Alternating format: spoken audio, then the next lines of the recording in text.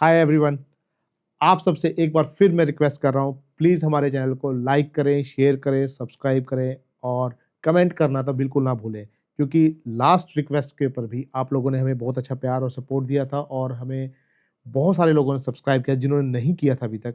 आपके एक सब्सक्राइब से हमारा मोटिवेशन बढ़ता है, हम और मेहनत करते हैं और डिटेल रिसर्च करते हैं टॉपिक्स के ऊपर और आपके लिए अच्छे से अच्छा कंटेंट लाने की कोशिश करते हैं। So please, please, please subscribe कीजिए। तो वो हम अपनी मर्ज़ी से ट्रैवल कर सकते हैं कि कहाँ जाना चाहते हैं या वो सिचुएशनल होते हैं? नहीं, वो आपकी जब सोल है, सोल तो इंडिपेंडेंट चीज़ है ना। बिल्कुल। सोल में तो मर्जी आई नहीं, मन तो आया नहीं बीच में। मन तो यही था। मन यही था। वो तो मैंने पूछा मैं कौन हूं, वो मैं जो था ना अंदर, वो मैं की यात्रा है। उस मैं ने तो फिर जब इस दुनिया में आया था, मैं तो खुद आया था, अकेला आया था ना मैं। हाँ बिल्कुल। जब यहाँ से मेरे जो कर्म है, हमारे साथ दो चीजें जाते हैं जी साथ में। जैसे मैं यहाँ से ट्रैवल कर रहा हूँ इस सोल के साथ, तो मेरे साथ सिर्फ मेरे एक चीज जाती है, मेरे संस्कार जाते हैं। ठीक है। जो मेरे संस्कार मेरे अनकॉन्शियस माइंड में मेरी जीवन शैली की वजह से मेरे संस्कार मुझे मिले, वो मेरे सोल के साथ अटैच हो गए। बिल्कुल। वो संस्कार लेके मुझे एक पावर मिली कि अब मैं कैसी कोख में जा सकता हूं, मुझे इससे बेटर कोख मिलेगी। वो एक आत्मा के हाथ में होता है, उसने कैसी कोख लेनी है। वो कैसे? वो इसलिए क्योंकि मेरी क्वालिफिकेशन है ना, एग्जाम मैंने पास किया है, मार्क्स मेरे हैं, डिग्री मेरे पास है, मेरी चॉइस है कि मैं कौन से कॉलेज में एडमिशन लेनी है। हाँ, मेरे रैंक जो सब हिंदुस्तान में फर्स्ट रैंक है, तो मैं टॉप कॉलेज में जाकर लूंगा। मैं नहीं चाहूंगा कि मैं गांव के किसी कॉलेज में एडमिशन लूँ। बिल्कुल सही बात है। आत्मा के भी जो उसके कर्म और संस्कार उसके साथ में चलते हैं, तो उसको इतनी प्रिविलेज ईश्वर ने दी है कि वो अपनी कोख सेलेक्ट करता है। बिल्कुल।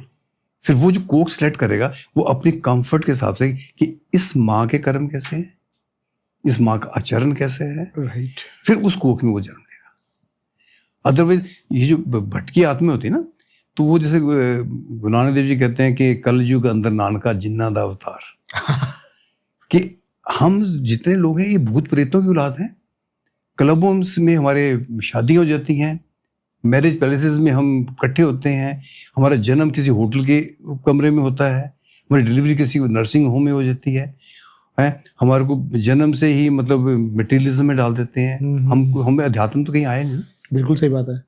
तो ये जो चीजें थी ना, जिस टाइम पे आपको रिग्रेट खत्म हो जाते हैं, सारे दुनिया के सारे रिग्रेट खत्म हो जाए, आपके किसी चीज से कोई नाराजगी नहीं है, तो उस टाइम पे ये सोचो कि आप स्पिरिचुअलिटी के डोर स्टेप पे आगे खड़े हो गए। अब में सेंस ऑफ सेटिस्फेक्शन होगी, ग्रेटिट्यूड हो गया, फॉरगिवनेस होगी। तो इसमें एक बहुत इंटरेस्टिंग है, एक ना होपनोप्रोनो टेक्निक है। एक डॉक्टर थे, हवाई की बात है, तो उन्होंने ही वाज अ साइकोलॉजिस्ट, तो उनके एक्सपेरिमेंट में था कि जो वर्ड्स की जैसे हम बात कर रहे थे कि शब्दों में क्या ताकत होती है। ओके। तो उनके मन में ऐसे ख्याल आया कि अगर शब्द में सच में ताकत है, तो इसको एक्सपेरिमेंटली कैसे प्रूव किया। ठीक है। उन्होंने क्या किया कि 2 ग्लास लिए पानी के, तो एक में लिख दिया कि यू आर वेरी ब्यूटीफुल, बहुत खूबसूरत हो तुम्हें बहुत गुण है ये वो, और एक पे उसकी बुराइयां लिख दी। ठीक है। दोनों का उनके ऊपर उसने चिपका दिया उसको। ठीक है, चिपका दिया, तो उसके बाद उन्होंने दोनों ग्लासेस को फ्रिज में रख दिया, रेफ्रिजरेशन में। ठीक है।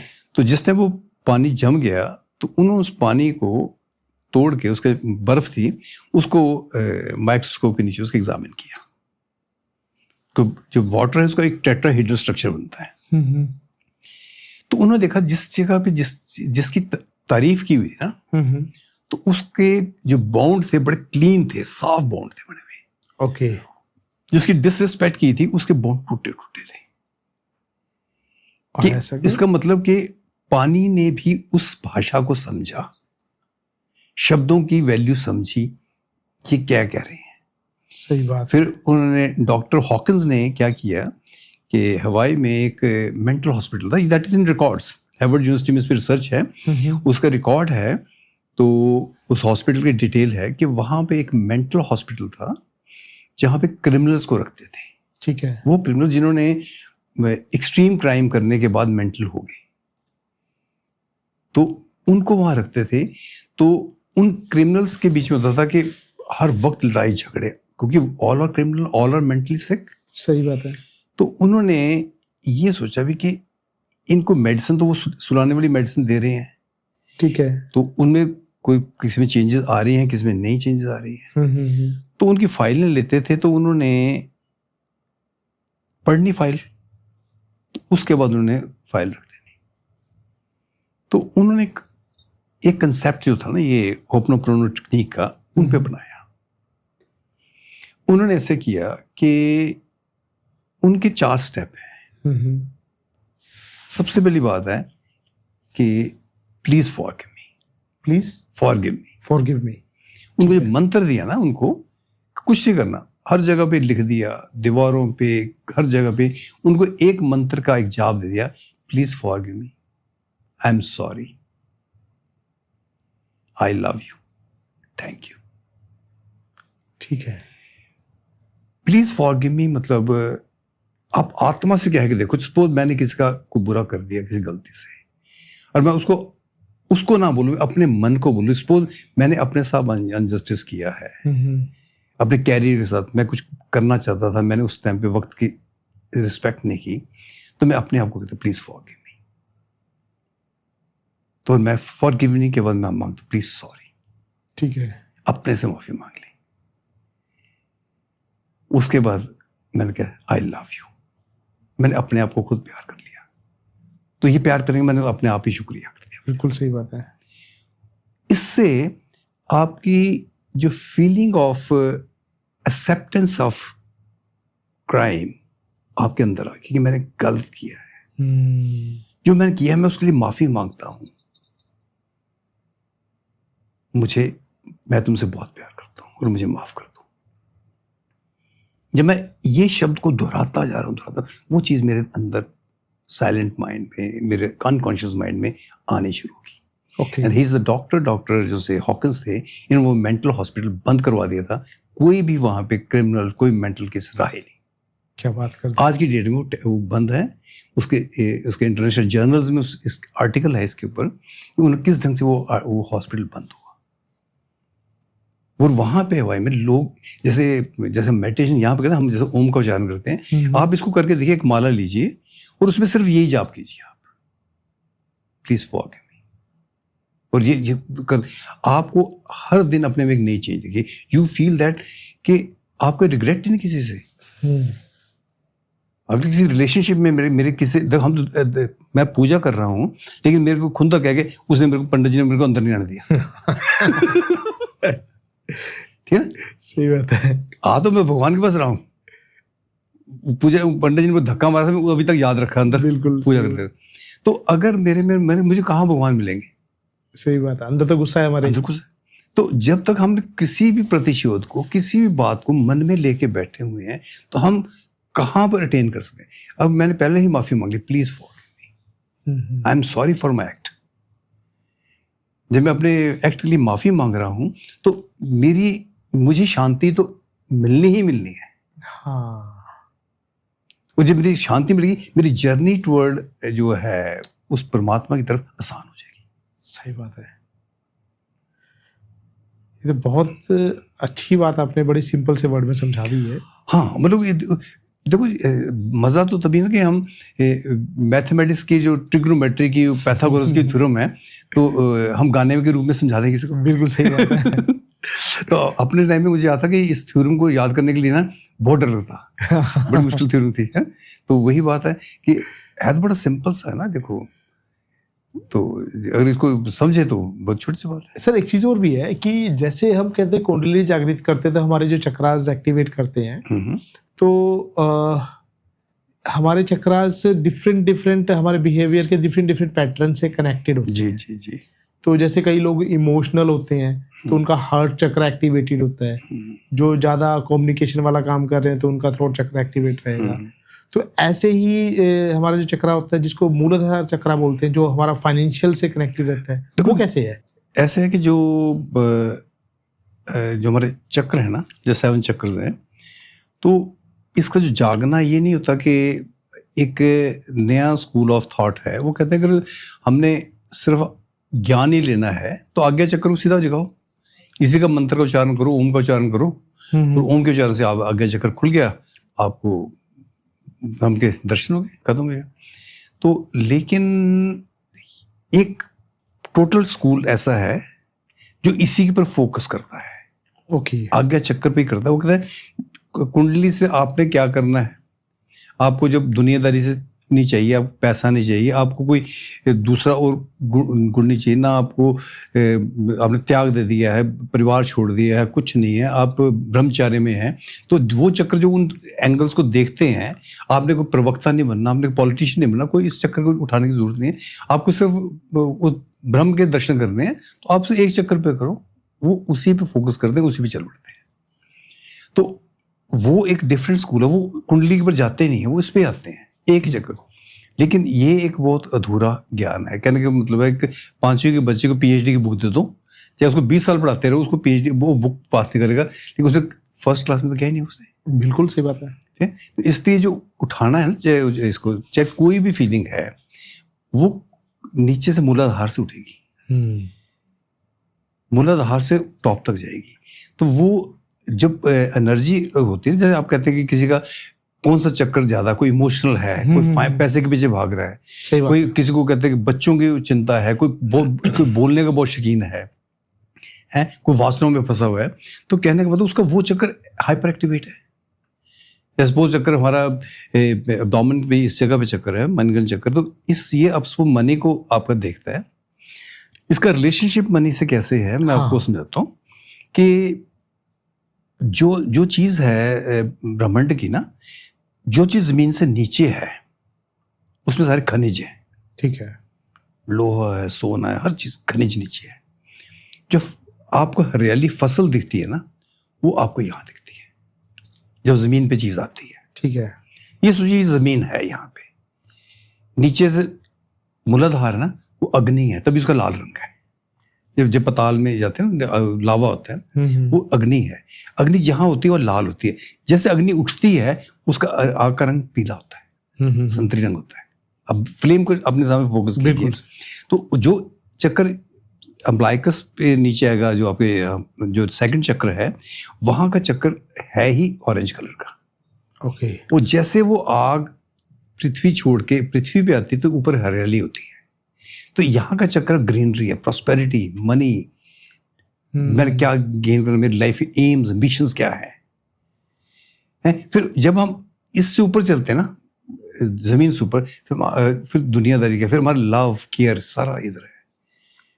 जो हम प्यार की बात करें, हमारे हाथ यहाँ पे आते हैं। सही बात है। Love care, emotions, feelings. और जहाँ पे हम कहते हैं कि हम प्रवक्ता बनते हैं, बात करते हैं, हमारी वाणी है, सरस्वती है, तो थ्रोट चक्र है। जब हम जिंदगी में देखो, हमने जमीन से शुरू हुए, बाल बच्चों पे आगे, name, fame, prosperity, everything get, उसके बाद मुझे कुछ नहीं चाहिए, मोक्ष है, फिर मैं आगे आ जाता हूँ।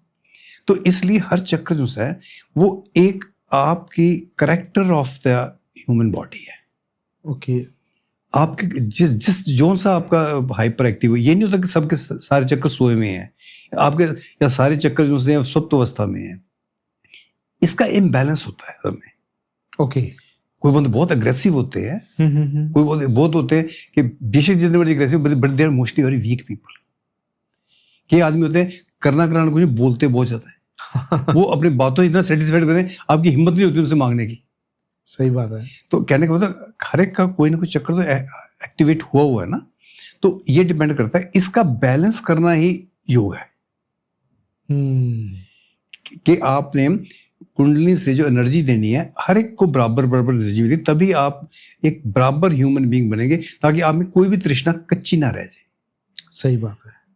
अगर आपका सेकंड चक्र जो वीक रह गया, तो आप इंद्रियों के कंट्रोल में आ गए, आप वासनाओं में चले जाएंगे। आपको डिफरेंट टाइप की वासना होगी। वासना सिर्फ फीमेल बॉडी या यहाँ की बॉडी का वासना नहीं है, वासना को ये खाने की वासना है। आपको पता है कि मेरे को हार्ट अटैक हो जाएगा, लेकिन फिर भी मैं कहूँगा मैंने गुलाब जामुन खाने हैं। डायबिटिक है तभी खाता है, उसको पता भी है, मतलब उसको उसका रिजल्ट भी पता है, उसके बाद भी खाता है, क्योंकि वो इंद्रियों के उसमें है। जैसे जैसे आप चक्र आपके एक्टिवेट होते जाएंगे, स्पिरिचुअल ग्रोथ होती जाएगी, उसके कुछ एक लक्षण आ जाते हैं। आप में सेंस ऑफ सेटिस्फैक्शन आ जाती है, सेंस ऑफ फॉरगिवनेस आ जाती है, सेंस ऑफ कंटेंटमेंट आ जाती है। आपको बाजार के खाने, पैक्ड खाने, जोमेटो, स्विगी, इनमें स्वाद नहीं आता है। इन खानों में लगता है कि कुछ पोल्यूटेड है। आपको सादा भोजन अच्छा लगता है, आप प्रकृति से जुड़ना शुरू कर देते हैं, आप टाइम स्पेंड प्रकृति में करते हैं, आप बादलों को देखते हैं, बादलों आकाश की गहराई को देखना शुरू कर देते हैं। आप स्पिरिचुअल नेचर से अटैच हो गए ना। आप फूलों के रंगों को देखते हैं, आप उन रंगों की तारीफ करना शुरू कर देते हैं, आप अकेले बैठे म्यूजिक सुनते हैं। तो ये जब आप में ये गुण आने शुरू हो गए ना, तो इसका मतलब आपको स्पिरिचुअल ग्रोथ पाथ पे चल पड़े हैं। बिल्कुल। इसके लिए कोई सर्टिफिकेशन है कि इसमें आप उस रास्ते पे आ गए हैं। और जैसे आप इस रास्ते पे आएंगे तो आपको उसके लक्षण मिलते हैं। जैसे सपोज कोई ऐसी घटना है जो कि आपको कभी घटी थी, ठीक है, आप इंट्यूशन, यार ये तो मैंने पहले देखा हुआ है। या आपको जो आज घटना है, सपोज में आपके पास आना है, तो हो सकता है आपको स्वप्न में दिखे कि मैं ये कपड़े पहन के आया था, और कोई हो सकता है आपको कोई ऐसा मिले, आपने स्वप्न देखा, यार मैंने इसको ऐसे देखा था, यार मैंने इसको देखा ही हॉस्पिटल में, ये इसको लेके जा रहे थे, तो अब कुछ देर के बाद महीने बाद यार वो बंदा हॉस्पिटल में, सेम सिचुएशन थी। मैं अपने वाइफ को बताता हूँ, मेरी वाइफ को अपने पेरेंट्स का स्वप्न आता था, मदर का, कि मदर को उसने बीमार देखा, कि वो कोई हॉस्पिटल है जिसके वैसे रैंप है, रैंप पे उसको स्ट्रेचर लेके भाग रहे हैं, जा रहे हैं। तो वो उनकी मदर का जिस टाइम पे बीमार हुए, उनको पीजे शिफ्ट किया गया, तो शी वाज शॉक्ड कि दीवार का कलर भी वही था, फर्श भी वही था, इवन जो लोग उसको उस टाइम में स्वप्न में दिखे थे, मदर भी वही, मदर मेरे लेटे में उनको लेके जा रहे हैं, और उसके फादर ने जो कपड़े पहने उसको कहते हैं उसे स्वप्न में कई महीने पहले देख लिए थे। अच्छा, तो ये वही चीज़ है कि जब आप स्पिरिचुअल लेवल पे थे, आपको प्री इंट्यूशंस हो जाते हैं। अब मेरे ऑफिस में हमारे डॉक्टर साहब, नीलांजना है उनका नाम है, तो she is very spiritually strong women, तो उनको कई चीज़ों का इल्म बहुत पहले हो जाता है। अच्छा, वो साइकोलॉजिस्ट हैं वो, तो वो बता देते हैं कि ऐसा होने वाला है, आप सतर्क रहें, वाणी पे कंट्रोल करो, फलाना करो। है तो मुझसे बहुत छोटे हैं वो, तो पर उनको इस चीज़ का इल्म हो जाता है। तो ये कि जब आप इस पाथ पे चलेंगे ना, और सपोज बचपन चले, आपको ये जो क्या कहते हैं फीलिंग्स जो सी हैं, आप आभास पहले आ जाते हैं। आपको ये नहीं चलेगा कि मैं इस पाथ पे किसी मंत्र का उच्चारण करके जाऊंगा या किसी गुरु को लूंगा या कुछ करूंगा। आपका आचरण आपको संकेत देना शुरू कर देता है। आप कहता है कि नाउ यू आर, अब आपकी क्वालिफिकेशन हो गई है, आप इसमें जर्नी ले सकते हैं आगे। तो ये अगर आपको लक्षण दिखते हैं, तो इसका मतलब है कि आप इस ट्रैक पे आ चुके हैं। तो मैं तो ये कहता हूँ कि मेरी इस जीवन की इमारत में जो जितनी ईंटें लगी हैं, तो मेरे वही लोग हैं जिन्होंने मुझे जगह जगह पे मुझे समझाते रहे, करते रहे, फिर मैं करेक्शन करते रहे। और मैं एक स्टूडेंट ही हूँ, स्टूडेंट ही रहूँगा, क्योंकि मैं सीखता हूँ, हर रोज़ सीखता हूँ, क्योंकि शिक्षा तो कभी पूरी होगी नहीं। ऑब्वियस है सर।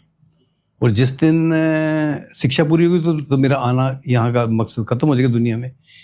तो शिक्षित होकर जाना है यहाँ से। बिल्कुल है।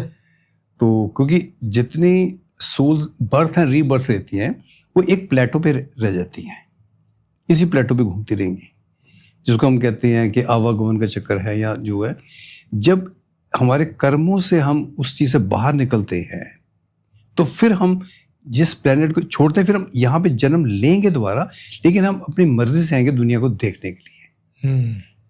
जैसे गुरु गोविंद सिंह जी अपने एक उसमें बोलते हैं कि ताहम अलग तपस्या साधी महाकाल काल का रहती, कि मैंने कितने 3 युग तक तपस्या की ऐसी जगह पे, यानी कि जहाँ पे 7 पर्वत हैं, अहिम गुण साहब के वर्णन करते हैं। तो मुझे परमात्मा ने खुश होकर बोला क्या कर रहा है, तो मैं कि इस दुनिया का तमाशा देखने आया दुनिया चीज क्या होती है।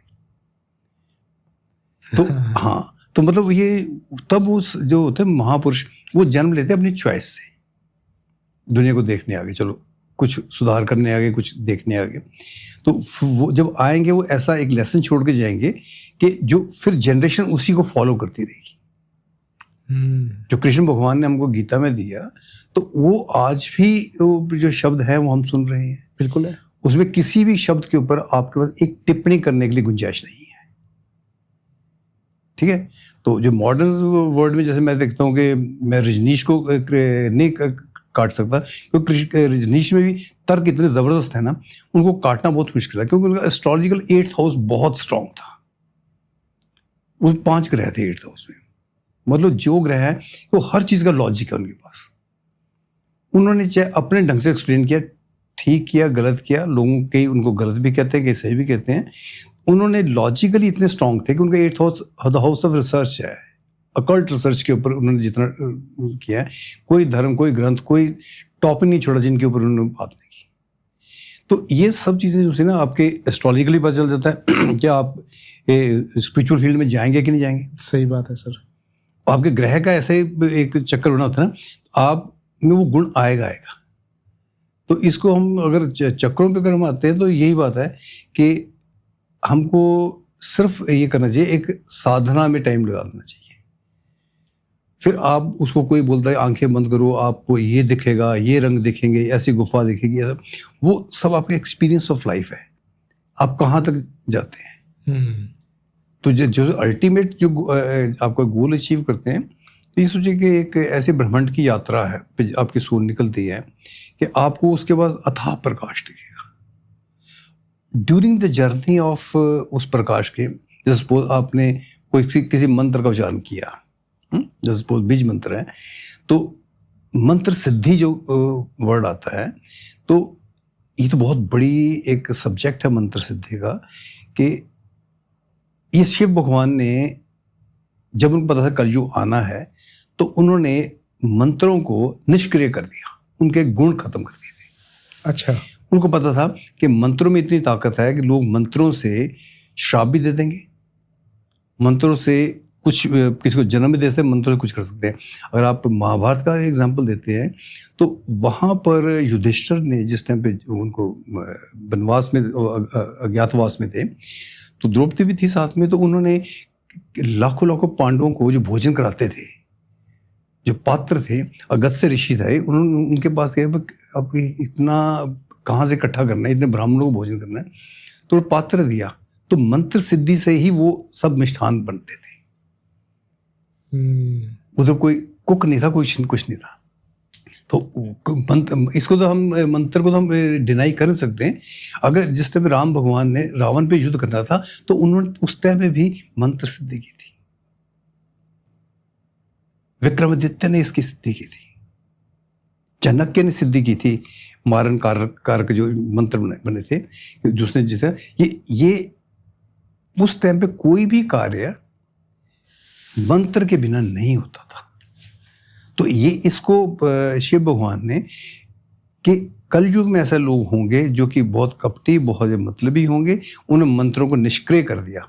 अब मंत्र वही जो सिद्ध करेगा, वही तभी मंत्र का इफेक्ट होगा। उन्होंने मिनिमम लिमिट 1,50,000 रखी मंत्र को सिद्ध करने के लिए। उसमें आचरण रख दिया, स्तुति रख दी, जगह रख दी, ध्यान रख दिया, योग रख दिया, सब क्वालिफिकेशन होगी। इस मंत्र को इस डायरेक्शन में, इस मुद्रा में बैठ के, इस दिशा में बैठ के किया जाएगा, तब मंत्र ये अपनी ताकत दिखाएगा।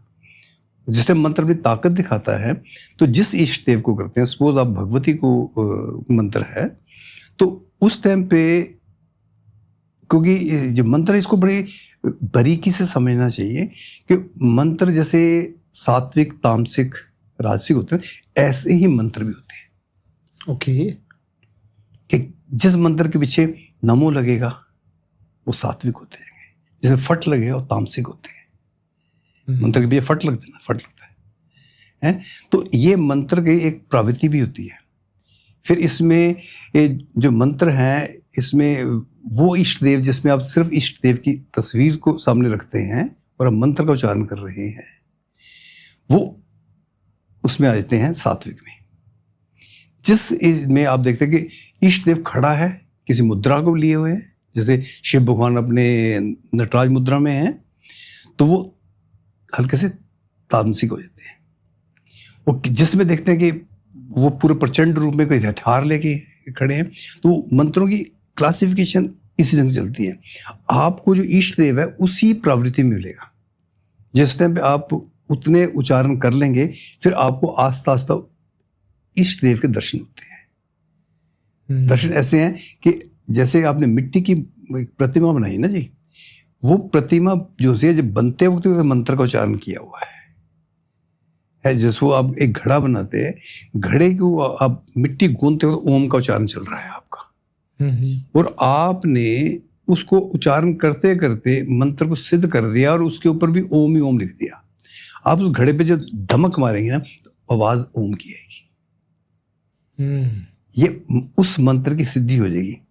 आप इस क्रिया को आप एक सच्चे मन से आप ऐसी क्रिया करके देखें कि वो जो इष्ट देव आपके सामने आएगा ना, फिर इष्ट देव जो से ना आप से जो भी आप उससे कहते हैं, इष्ट देव आपके परीक्षा तो लेगा पहले, उससे तो होने नहीं देते। वो पूर्णतः आप उस इष्ट देव के अकॉर्डिंगली होंगे। हर एग्जाम पास किया होगा, उसको पता कि इसका गलत उपयोग नहीं करेगा, तो उसके बाद ये आस्ता आस्ता वो उसके कंट्रोल में आ जाते हैं। फिर इसका प्रयोग हम कैसे करते हैं, वो उसके बाद की क्रिया आती है। और वो ये इष्ट देव ही हैं जो आपको अगली जर्नी तक लेके जाते हैं। जो कहते हैं, जो देखो जी, कहने का मतलब है कि एक निचले लेवल पे जो एक ऑफिसर है, वो सीधा प्राइम मिनिस्टर को तो मिला नहीं सकता पहले। बिल्कुल। आप सीधे, बेशक आप प्राइम मिनिस्टर के दोस्त हैं, आप जाना तो पीए के थ्रू जाना, बिल्कुल जाना पड़ेगा। तो जितने भी ये दिव्य शक्ति हैं, ये सोचो कि एक सहारा है हमारे क्रिपल्ड सोल को उठा के विसाखियां दे के उस परमात्मा तक ले जाने का रास्ता है। क्योंकि आपने अगर इनसे रिद्धियां सिद्धियां लेनी तो आपको सब कुछ मिल जाएगा। बिल्कुल सही। कोठी, बंगला, कार, शौहरत, दौलत, एवरीथिंग यू विल गेट, पर मोक्ष नहीं मिलेगा। मोक्ष नहीं मिलेगा। मोक्ष और समाधि के लिए आपको उस परम पिता परमात्मा की राह पे चलना पड़ेगा। उसके लिए जिस टाइम पे आप स्पिरिचुअलिटी में आगे निकल जाते हैं, तो आपको ये दुनिया की चीज दिखती फीकी है। सही बात है। इसमें लगता है, आपको लगता है यार 30 साल की जर्नी बाकी रह गई है, तो ये मकान की जो उम्र है 200 साल की है, तो 170 साल तो मेरे बगैर ही मकान रहेगा ना। तो इसके बाद 170 साल में मैंने ऐसे 10 मकान वहां भी सोचे बनाने, वहां भी सोचने, क्योंकि मैं तो जर्नी आगे की है। फिर ये दुनिया के स्वादों में नहीं रहता। बिल्कुल सही बात है। फिर उसकी जर्नी आगे निकल पड़ती है। सर, बहुत डिटेल्ड और इजी, आसान शब्दों में आपने जो चीज़ें समझाई है ना, that is really great. Thank you sir. इस पॉडकास्ट के एंड तक हम पहुंच चुके हैं, लेकिन पर मेरे को लगता है कि ये पॉडकास्ट का अंत तभी हो सकता है जब हम आपकी पूजनीय माता जी के बारे में थोड़ा सा उनको सादर प्रणाम और हमारी तरफ, सबकी तरफ से, टीम की तरफ से उनकी आत्मा को शांति मिले। तो उनके बारे में थोड़ा सा सुनना चाहेंगे, वो कैसी पर्सनैलिटी थे, और उनके अंतिम समय के बारे में आपने थोड़ा सा बताया था। तो हाँ जी, देखो ऐसे ना कि माँ तो देखो एक ऐसी चीज़ है कि आदमी किसी भी जन्म में चले जाएंगे ना, तो माँ का रिश्ता जो है वो कभी ख़त्म नहीं होता। बिल्कुल सर। ठीक है।